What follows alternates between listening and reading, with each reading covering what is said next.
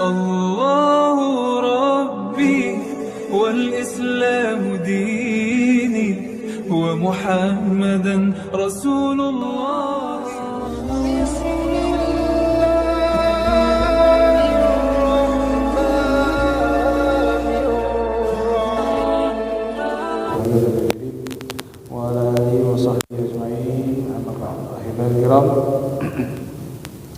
Bapak-bapak, ibu-ibu, adik-adik, jemaah Masjid Raya Insan, insyaallah kita semua dimuliakan oleh Allah Subhanahu wa taala. Alhamdulillah, alhamdulillah. Pada hari ini kita kembali bermuajahah untuk melanjutkan diskusi kita terkait dengan kitab Fiqh Al-Madhahib Arba'ah yang alhamdulillah sudah sampai di halaman 343 di kitab terjemahan. Halaman kita 86-87 ya. Tapi seperti biasa Pak Haji, kita sebelum mulai forum ini, forum ta'lim wa ta'alum, forum sama-sama kirimkan Al-Fatihah terutama kepada sanak famili kita, keluarga kita, orang tua kita, anak kita, istri kita, suami kita, orang yang pernah berbuat baik atau orang yang pernah berbuat tidak baik dalam kehidupan kita, guru-guru kita, para masyayikh, para kiai, para alim ulama, dan juga khusus diri kita ya, jika mereka semua pada hari ini Allah telah tetapkan kepada mereka kematian, agar Allah Subhanahu wa taala mengampuni dosa kita dan dosa mereka, menjadikan kubur mereka sebagai raudhah min jannatil firdaus. Amin.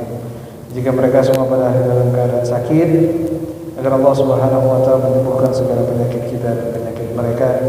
Jika mereka semua dalam keadaan sehat, maka kita mengharapkan dari Allah yaitu untuk terus memberikan kesehatan, keberkahan dunia akhirat bagi kita dan mereka. Al-Hadaniyah wa bihi salihah wa ila hadatil mustafa rasul. Al-Fatihah.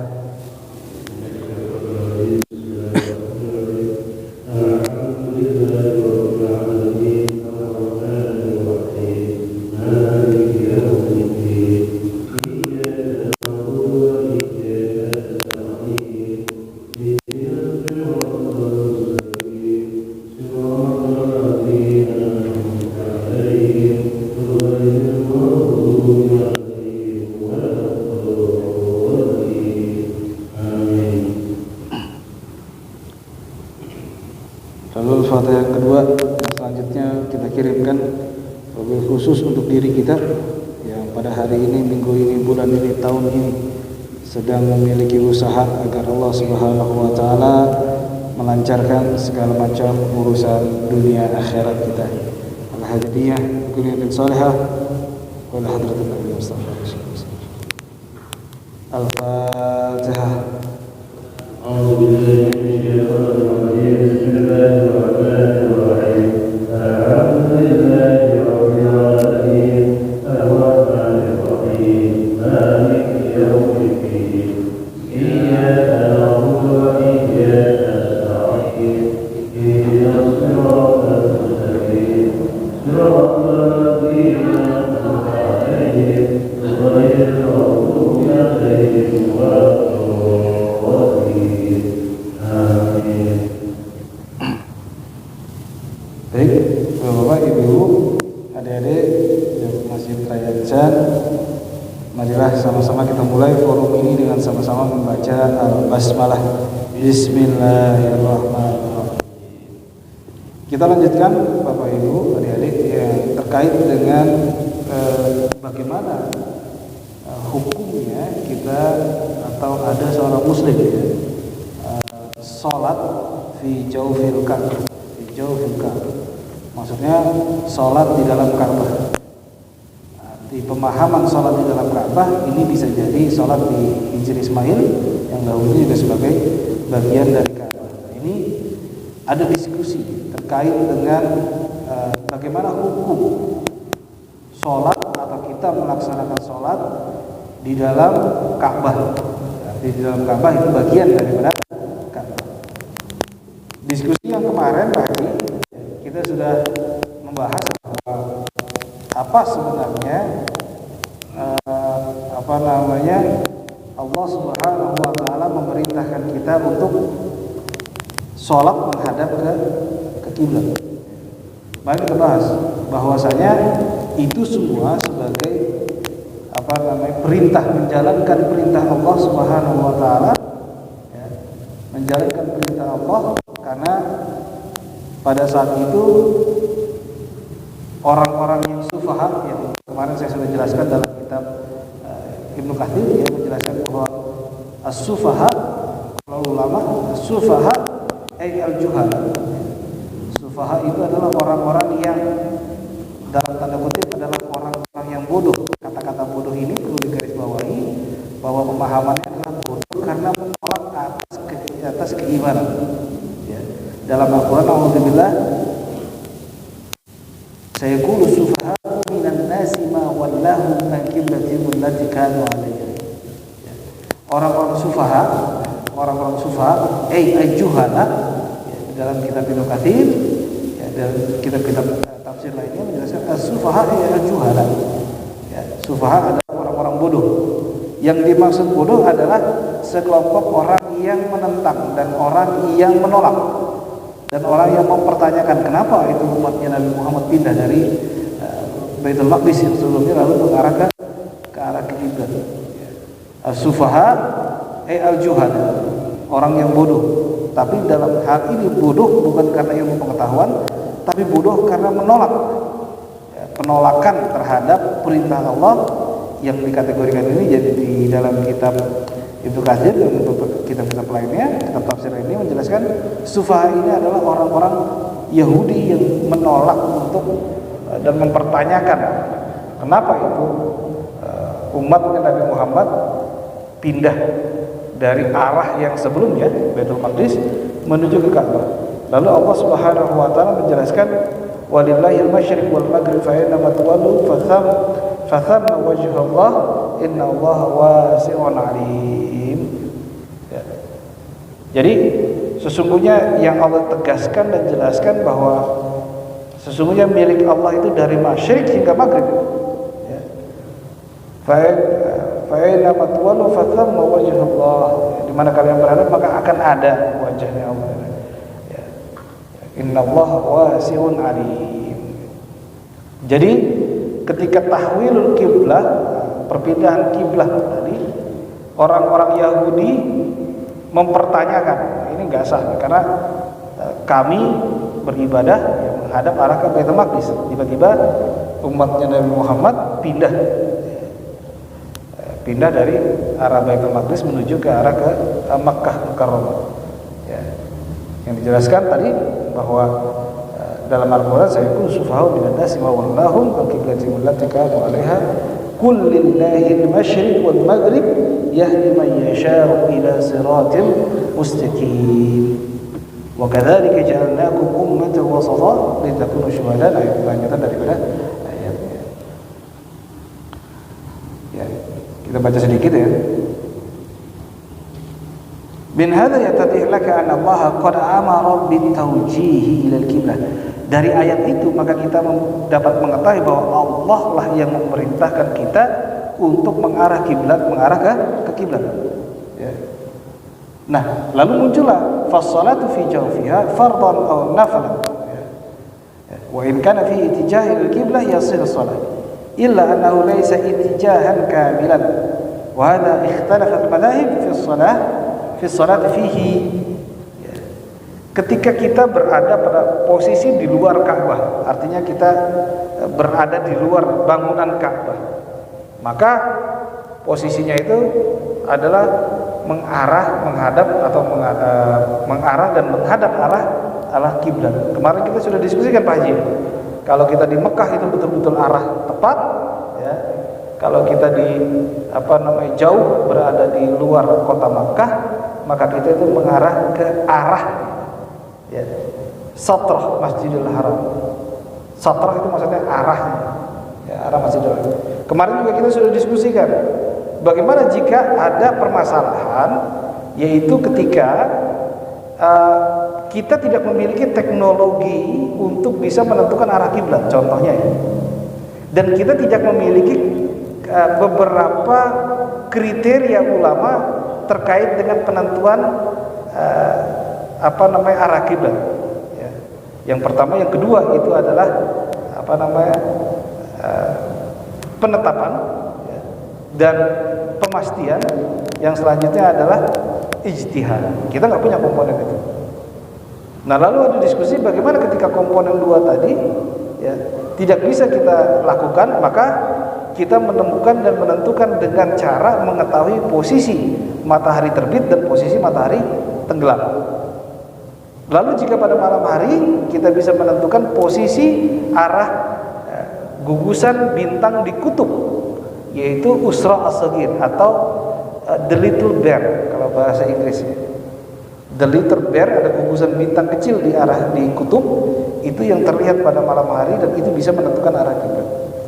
Nah, itu sudah fase yang sebelumnya. Tetapi menjadi masalah bagaimana kita pengen afdol nih bahaya. Jadi kita nggak sholat lagi pengarah kiblat, tapi kita sholat langsung di dalam Ka'bah. Nah, disinilah terjadi perdebatan para ulama. Ya. Ketika tadi posisi kita sholat di dalam Ka'bah, atau yang dahulunya dikatakan bagian daripada Ka'bah. Misalnya contoh di dalam Hijr Ismail. Al-Hanabilatu qalu, dalam perspektif kalangan Hambali, ya, inna sholatul fard la tasih fi jawfil Ka'bah. Hambali menolak, kalangan Hambali menolak. Anda sholat fardu, ya, fi jawfil Ka'bah la tasih.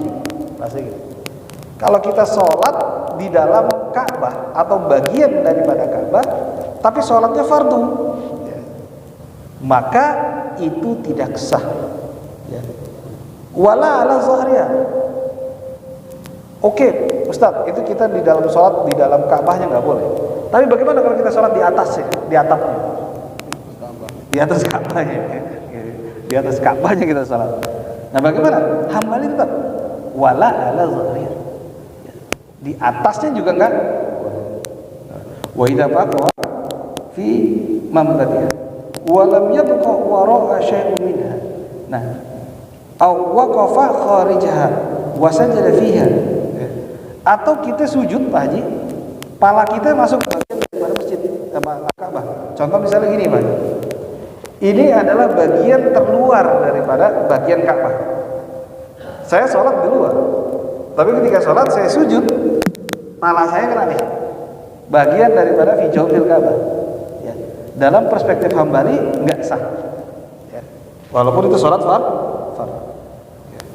Jadi walaupun kita di posisinya di luar, tapi ketika kita sujud, ya, mau sujud itu masuk dalam bagian Ka'bah, ya, atau pintunya dibuka, kita sholat di depan, pala kita masuk ke dalam. Ya. Dalam perspektif Hambali, kalau itu sholat fardu nggak sah. Ya. Nah, fasolatul manzurah, ya, fasolatul nawafil coba ya. Kalau sholat sunnah maka itu dibolehkan. Ya. Kalau misalnya fa in sajada ala muntaha falam tasih sholat mutlaqan. Kalau misalnya kita sholatnya itu sholat bukan sholat fardu, itu masih dibolehkan. Tetapi kalau pala kita masuk, mau sholat fardu, mau sholat nawafil, tetap tidak bisa. Ya. Karena kenapa? Karena dari sisi perintahnya adalah mengarah ke kiblat, artinya bukan pada kiblat. Nah, lalu al-Malikiyah itu qalu, dalam perspektif karangan Malikiyah, tasih sholat fardu fi jawfiha. Boleh kalau kita sholat di dalam bagian Ka'bah, ya. Illa annaha makruhah karahatan syadidatan. Tetapi boleh silakan. Tetapi itu makruh, suatu hal yang dibenci, sangat dibenci. Berarti gitu. Boleh tapi dibenci. Gimana tuh boleh tapi dibenci? Wa yadabu lahu ayyu'idaha fi waqt. Nah, maka dinadabkan, ya, orang yang tadi sholat fardu di dalam Ka'bah atau dalam bagian Ka'bah, diulangi sholatnya di lain waktu. Itu aja ya. Aman nafal wa in kana ghairu muakkad nadaba ayusalli ya fiha. Wa in kana muakkadan karaha la i'ada. Kalau sholat nawafil itu juga diulangi, ya. Tapi kalau muakkadan, ya, sholat muakkad itu enggak diulangi sholatnya. Ya. Sama dalam hal ini Malikiyah membolehkan tetapi tidak menganjurkan, dalam artian ini perbuatan yang sangat-sangat dibenci. Lalu kalangan Asy-Syafi'iyah atau qalu, ya, kalangan Syafi'iyah berkata, inna sholata fi jawfil Ka'bah shahihah. Ya, salat di dalam bagian Ka'bah sahih. Benar. Sah. Fardhon kanat aw nafil. Apakah itu salatnya fardu atau salat sunnah? Kalau kita salat di jawfil Ka'bah, bagian daripada Ka'bah, maka itu hukumnya tetap sah. Illa annaha tukiru ala zohri. Kalau di atasnya enggak, beda. Lima bi mintar ta'zim. Kenapa dalam kalangan Syafi'i itu tidak dibolehkan? Karena untuk mentakzimkan Ka'bah di atas salat. Ya, kalau kita salat di atas berarti kita injak Ka'bah. Ya, gitu ya. Dalam Hanafi menolak sholat fardu atau sholat sunnah di jawfil Ka'bah, dalam bagian ataupun di dalam Ka'bah. Contohnya Hijr Ismail. Ya. Malikiyah dibolehkan, tapi sangat dibenci. Ya. Syafi'i boleh, ya. Walaupun itu sholat fardu ataupun sholat nawafil. Ya. Sholat fardu dan nawafil itu dalam perspektif kalangan Syafi'iyah dibolehkan, kecuali sholat di atasnya. Sholat di atas Ka'bah. Kenapa nggak boleh? Karena kita secara otomatis menginjak Ka'bah. Itu untuk mentakzimkan Ka'bah.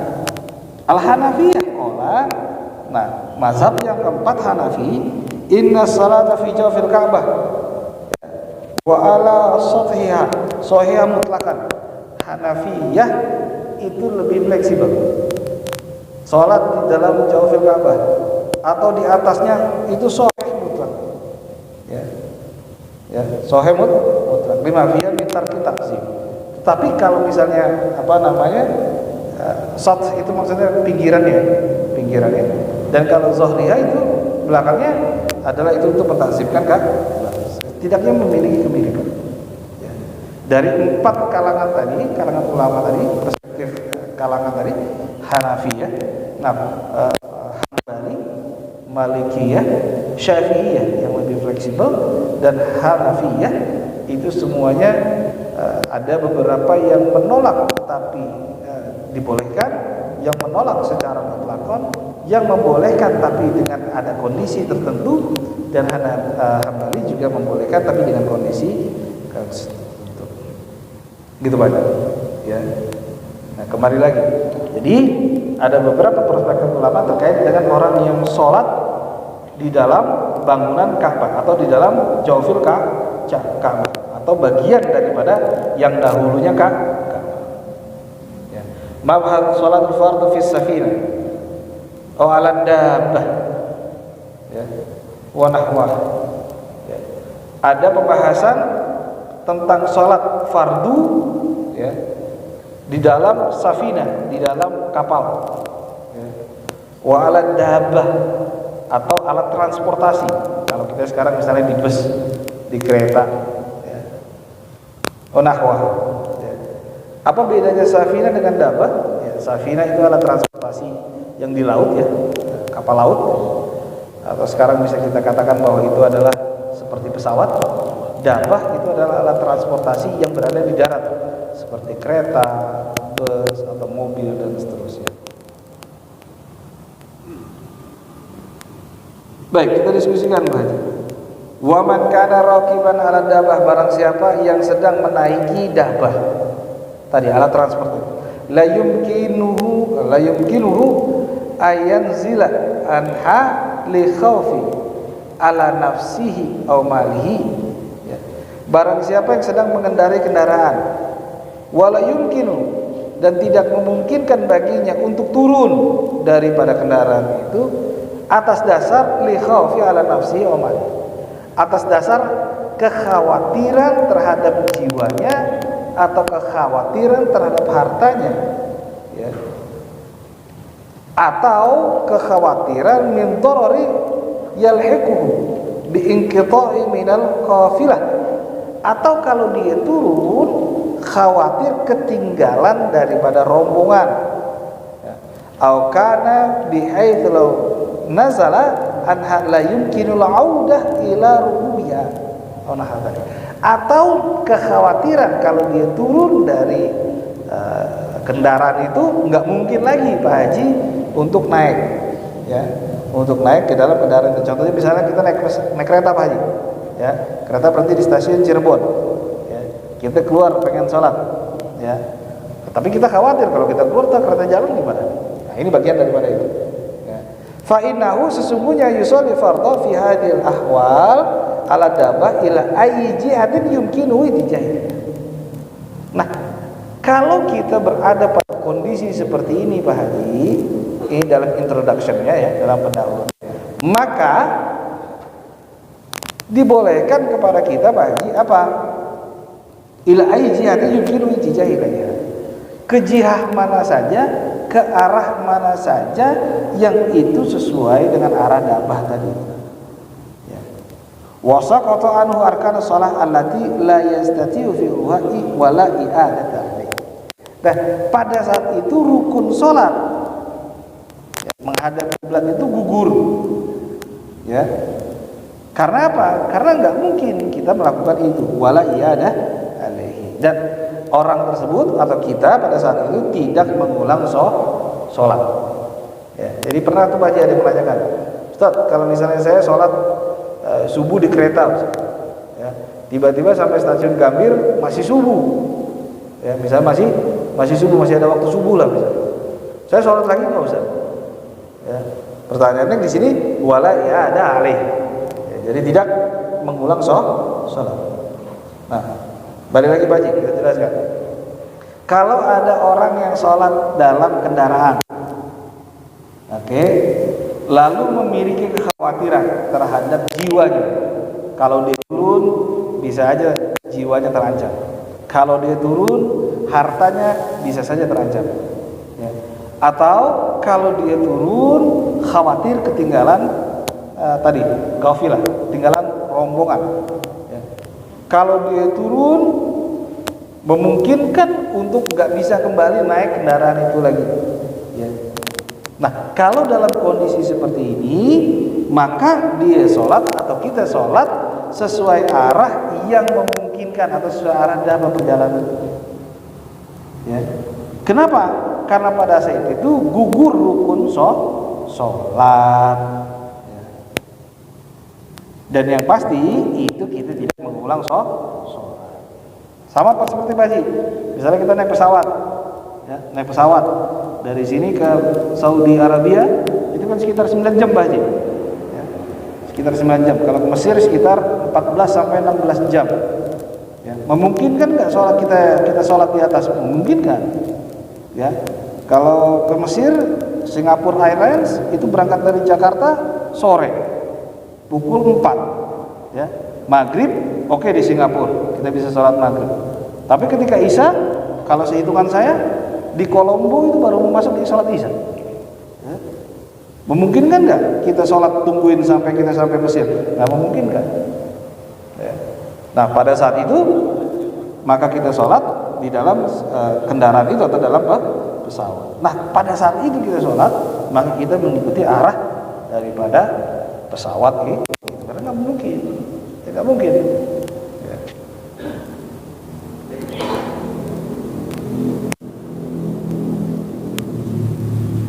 Nah, waman arada ayyusoliya fi safinati fardhu aw naflan, barang siapa,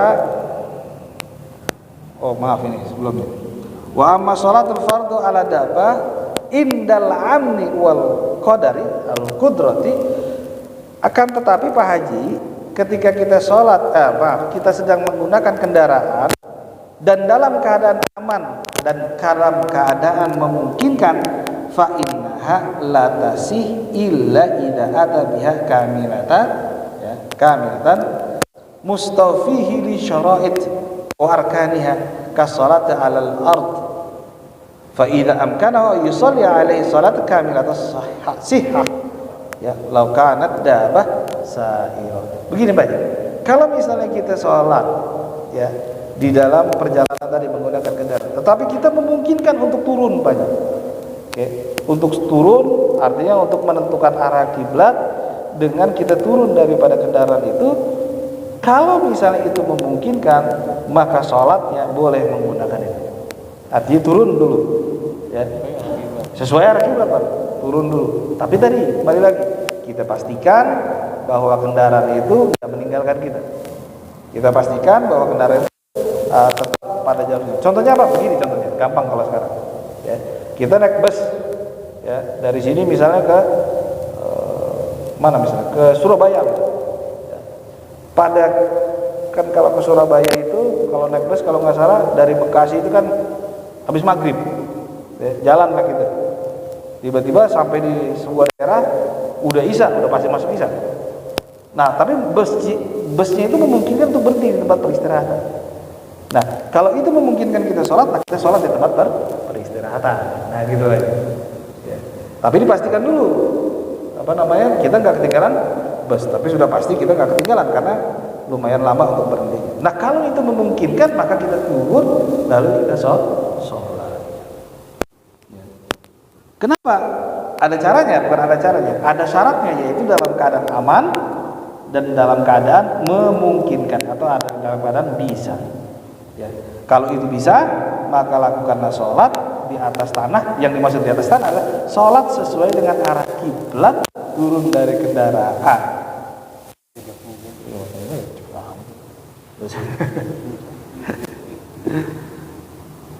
Ini belum diskusinya Pak, ini baru pendahuluan. Wa man arada ay yusalliya fi safinatin fardhan aw nafalan, barang siapa yang pengen sholat di dalam atau di atas safinah fardhan aw nafalan fa alaihi ayyastaqbilal qiblah mata qadara ala dzalika. Haji kalau kita di atas kapal laut ya, di atas safinah sama kapal laut, maka kita mengarah kepada kiblat mata qadara ya, ala dzalika. Kapan kita mampu untuk sholat di mengarah ke kiblat, pasti bisa Pak, memungkinkan ya, memungkinkan arah ke kiblat. Walaysa lahu yusalliya ila ghairi jihatiha. Kalau dalam safinah memungkinkan sekali, karena kenapa? Karena daratannya luas ya. Safinah kan tempat yang kita bisa sholat memungkinkan ya, dan itu kan bisa sholat di mana saja, dalam artian bisa sholat di lantai berapa saja, dan mungkin kalau kapal-kapal yang sekarang udah ada musolahnya tuh Pak ya, ada musolahnya, walaupun arahnya kita tentuin sendiri ya, minimal kan kita sujud masih bisa. Kalau dalam pesawat terbang kita sujud nggak bisa Pak, nggak bisa. Di kereta kita sujud nggak bisa kalau di bangku. Mungkin sekarang kereta ada musolahnya. Nah kalau di atas safina fardhon al nafalan, maka fa'alaihi, maka diwajibkan kepada kita ayyastaqbilal qiblah, kita mengarah ke kiblat mata qadara ala dzalika. Kalau kita mampu untuk melakukan sholat mengarah ke kiblat. Nah kembali lagi Pak Haji, bagaimana kita kalau nggak mampu? Yang dikatakan nggak mampu adalah tadi kita merujuk pada diskusi yang sebelumnya, bahwa ketika di safina dan kita tidak memiliki teknologi dan kemampuan ilmu falak untuk bisa menentukan arah kiblat, maka kita sholat mengikuti arah safina. Tapi zaman sekarang teknologi sudah makin masif ya, kita bisa punya handphone bisa menunjukkan arah kiblat walaupun kita di tengah laut misalnya. Nah itulah yang kita gunakan. Baik Pak Haji, ini mungkin yang bisa kita diskusikan pada malam hari ini, yang kita potong sampai di sini dulu ya. Nanti insya Allah minggu depan akan kita lanjutkan terkait dengan diskusi bagaimana kalangan Malikiyah, Syafi'i, Hanafi dan Hambali dalam menentukan posisi atau hukum terkait dengan sholat di dalam kendaraan tadi. Dan ulama itu memiliki perbedaan. Pertama yang perbedaan adalah kalau misalnya Anda disetirin gimana? Anda Anda duduk di belakang contohnya, ada yang menyetir, nah itu bagaimana? Nah kalau Anda nyetir sendiri itu bagaimana? Nanti diskusinya ada sedikit perbedaan di kalangan Malikiyah, Syafi'i, Hanafi dan juga Hambali. Baik Pak Haji, mungkin kita selanjutnya yaitu akan diskusi. Apabila ada yang ditanyakan kami persilakan. Ya,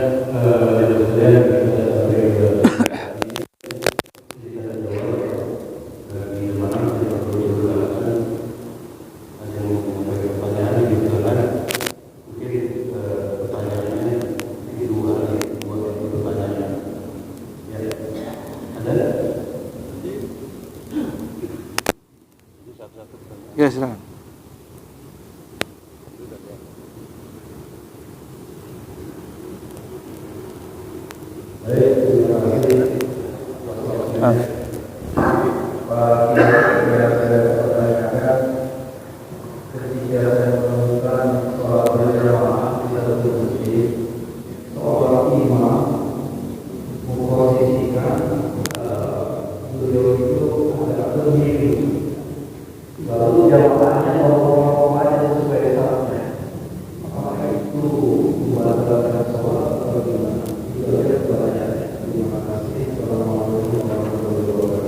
Waalaikumsalam warahmatullahi wabarakatuh. posisi imam miring. Iya. Jamaah. Ya mungkin saya jawab dulu Ustaz ya. Oh silakan. Fadhal Ustaz. Waalaikumsalam.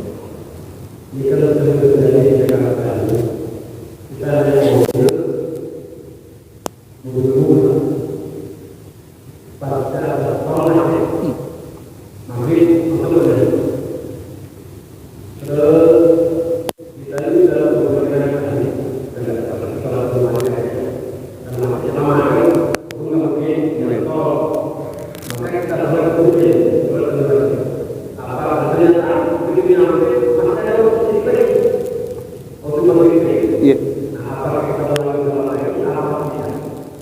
Baik, sekarang Ustaz. Jadi ada dua pertanyaan. Yang pertama adalah ketika kita sholat, lalu imamnya agak miring sedikit ya. Ada serong ke kanan sedikit. Lalu kita jamaah ini ngikutin kayak gimana? Ya, apakah kita ngikut imam serong sedikit atau kita memposisikan diri untuk mengikuti saf? Yang pertama, ya, bukan kesalahan, artinya kekeliruan. Kalau salah itu ada benar ada salah. Kekeliruan adalah jika memang imam itu sudah mengetahui bahwa kemarin ya ada dua Ustaz, posisi imam mengetahui. Yang pertama adalah mengetahui arah jihad sebenarnya. Contohnya gini, masjid ini arahnya ke sana, tapi karena saya imam, saya memiliki kapabilitas dan kapasitas untuk bisa menentukan sedikit serong ke kanan, maka saya sholatnya arahnya ke kanan, walaupun itu tidak mengikuti arah masjid.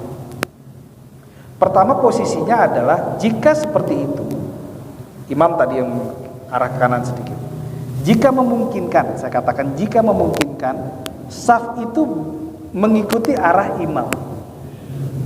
Ya, mengikuti, kalau misalnya imam lurus atau imamnya miring, saf itu memiring. Ya. Tetapi yang menjadi masalah adalah tidak memungkinkan. Kenapa? Karena sudah ada garisnya, sehingga orang yang datang itu tetap mengikuti garis yang sudah ada. Contohnya di sini Pak. Kalau misalnya saya rubah misalnya gini ya, ini kan miring sedikit nih, ya, imamnya miring sedikit, ya. Lalu jamaah mengikuti arah ini, apakah ini tetap sah? Kalau dikatakan sholatnya sah, adalah tetap sah. Jamaah tetap sah. Kenapa? Karena pertama satroh yang dikatakan satroh. Oke, sekarang gini, ketika kita pada posisi satroh itu memungkinkan untuk tidak tepat. Artinya tidak tepat itu kalau satroh ini sudah terlihat, ya, atau kamera ini. Ya. Tetapi kalau kita satro itu belum tentu kita tepat pada arah itu, tapi arahnya sesuai. Kecuali diskusi sebelumnya kita berada di kota Makkah Mukarramah, nah itu harus tepat, ya. Tapi kalau satro enggak. Nah terkait dengan perbedaan tadi Ustaz, terkait dengan perbedaan tadi, sebenarnya arah imam itu sesuai, dan kalau dikatakan sah makmum itu juga sah. Karena tadi mengikuti arah daripada masjid. Baik. Nah selanjutnya gitu ya Ustaz ya. Jadi tetap kalau dikatakan sah. Nah selanjutnya posisinya sama Ustaz. Kita nih lagi bekerja, kita driver lah, atau kita lagi penumpang lah. Ya kan, Bapak kan sering ya. Kita sholat, tiba-tiba kita lagi perjalanan macet. Ya. Tiba-tiba udah nggak bisa lagi tuh. Ya, mau maghrib repot, di tol macet. Apa yang kita lakukan? Nah ini ada beberapa diskusi sebenarnya. Yang pertama adalah dari beberapa literasi saya menemukan bahwa sholatlah untuk sebagai sholat yang sholat untuk penjagaan atau sholat penjaganya. Ya. Nah, ketika sampai di rumah, lalu waktu maghrib masih ada sholat maghrib. Ya. Nah, itu dalam Syafi'i disebut at-tahdid atau ikhtiyar atau keberhati-hatian. Nah, tapi kondisinya bukan seperti itu, yang lebih simpel. Kondisinya lebih parah. Kondisinya adalah kita driver, kita nyetir, keadaan macet, nggak bisa bergerak. Ya, kita mau sholat sebagai jaga juga nggak bisa. Kalau kita hitung, udah pasti kita telat. Nah, bagaimana caranya? Nah, ini caranya. Ada sebuah kebudayaan di masyarakat Mesir yang mungkin perlu kita contoh. Begini Pak. Ketika saya hidup di sana, saya sering menemukan. Jadi orang sana ketika sudah masuk waktu mepet tadi, waktu mentok tadi ya, udah memang nggak bisa lagi nih. Mereka lebih memilih untuk meminggirkan mobil lalu sholat. Ya. Di mana? Nah mereka bukan anehnya ya, mereka lebih suka sholat di luar kendaraan mobil. Oke. Jadi jika saya gabungkan, ketika pada kondisi macet parah, ya, cari posisi yang memungkinkan mobil itu tidak bergerak. Sebenarnya nanti kita bahas tuh banyak yang sholat dalam keadaan di dalam kendaraan, tapi kita menyetir sendiri, bukan kita sendiri. Kalau kondisi itu, kebudayaan masyarakat Mesir itu mereka lebih memilih untuk menepi, ya, sekitar mungkin 2-3 menit untuk sholat di dalam mobil, lalu setelah selesai lanjutkan lagi. Jadi posisi menepi itu adalah posisi di mana dia untuk memberikan orang lain kesempatan daripada menunggu dia sholat. Ya, gitu saja. Jadi sholatnya itu tetap dikatakan sholat sah. Nah, yang jadi masalah kalau misalnya tadi dalam keadaan. Nah, tetapi perlu disampaikan juga bahwa ketika dalam keadaan darurat, maka ada hal darurat juga yang kita laksanakan. Makanya khususnya mungkin ya sering yang sedang berkendara. Begitu Ustaz. Silakan Pak. Waalaikumsalam.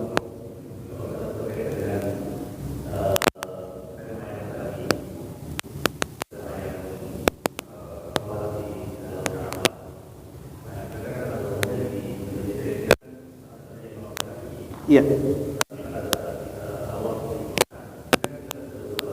Iya.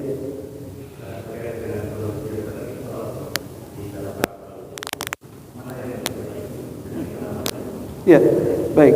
Kalau dikatakan mana yang lebih baik adalah sholatnya, Pak. Ya, kalau dikatakan sholatnya lebih baik, mana yang lebih baik adalah sholatnya. Karena sholat dimanapun adalah sholat yang baik. Ya. Jadi bukan tempatnya yang menjadi masalah. Kalau dikatakan yang baik yang mana? Pertama kondisinya adalah bagaimana kita sholat tadi hijau fil Ka'bah sedangkan kita mazhabnya Syafi'i. Berarti kita dibolehkan, ya dibolehkan. Nah, bagaimana kalau misalnya di sana mazhabnya Maliki?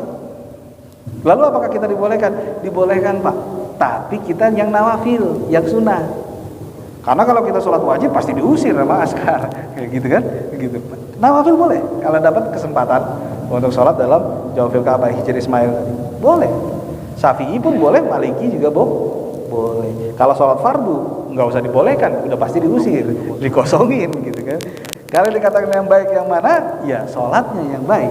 Gitu kan. Karena yang penting adalah sholatnya. Gitu. Tempatnya walaupun itu dekat tapi tidak khusyuk, ya sama juga, tidak baik sholatnya. Ya. Gitu. Baik, gitu Pak ya. Baik. Itu adalah diskusi terkait dengan hijau fil Ka'bah, di dalam bagian daripada Ka'bah yang tadi posisinya kita Syafi'i, lalu kita sedang haji atau umroh, di sana mazhabnya Maliki, ya, mana apakah kita bisa mempraktekkan sholat di sana di jauh fil Ka'bah? Ya tetap bisa, tapi dalam nawafil, sholat sunnah. Ya, kalau sholat fardu kemungkinan nggak bisa karena sudah pasti diusir sama askar. Baik, Bapak Ibu yang saya hormati, adik-adik, itu yang bisa kita diskusikan pada malam hari ini. Yang tadi mungkin kita ambil, bisa tarik kesimpulan dari diskusi kita. Pertama, ada diskusi yang terkait dengan sholat di jauh fil Ka'bah atau di bagian daripada Ka'bah. Itu memang ulama semuanya memiliki perbedaan. Ada yang membolehkan, ada yang tidak membolehkan. Tetapi ingat bahwa perbedaan ulama ini, kalau kita tarik garis lurus, adalah memiliki kemiripan satu dengan yang lainnya. Kalau kita mazhab Syafi'i, maka kita dibolehkan. Tetapi secara hukum dan implementasi hukum di Saudi ini sangat menyulitkan kalau itu bentuknya sholat fardu. Jadi walaupun kita mazhab Syafi'i tidak bisa mempraktekkan itu untuk sholat fardu, nawafil tetap bisa. Nah, kembali lagi ketika sholat di dalam safinah dan seterusnya dalam keadaan bepergian, itu memungkinkan untuk bisa sholat mengikuti arah kendaraan jika dalam beberapa kategori. Yang pertama, kategori keamanan itu bermasalah, atau kategori kemampuan juga memiliki permasalahan. Jika keduanya itu kita temukan pada saat yang bersamaan, atau pada saat salah satu dari mereka kita temukan pada saat kita bepergian, maka memungkinkan kita untuk sholat di dalam kendaraan dan mengikuti arah daripada kendaraan itu. Ya. Tetapi beda halnya dalam perspektif ulama ketika kita sholat di atas safinah, di atas kapal laut. Ya. Itu tidak memungkinkan karena keamanan tidak ada, artinya tidak memungkinkan adanya isu keamanan, tidak memungkinkan adanya isu kemampuan, karena di safinah keamanan sudah pasti aman. Dalam hal ini tidak ada bahaya yang akan menyerang seperti hewan buas dan seterusnya. Secara kemampuan kita mampu karena daratan atau kapal laut itu besar dan memungkinkan kita untuk sholat ke arah kiblat dengan tadi bantuan teknologi atau bantuan matahari atau bantuan bintang yang disebut dengan usro sogir atau little bear. Baik, Bapak Ibu, itu yang mungkin bisa kita diskusikan pada malam hari ini. Insya Allah minggu depan kita akan lanjutkan diskusi terkait dengan kitab ini juga, atau kitab Nasohil Ibad.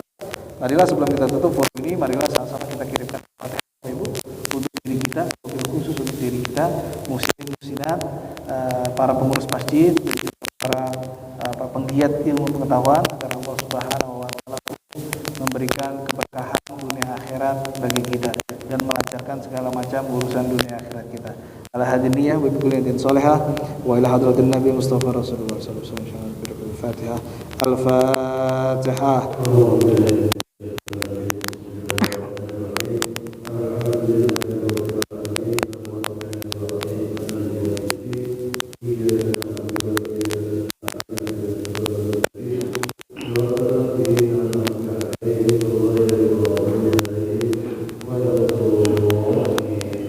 Amin ya rabbal alamin. Baik Bapak Ibu, marilah sama-sama kita tutup dengan sama-sama baca alhamdulillah. Wallahu muwaffiq ila thoriq. Wassalamualaikum.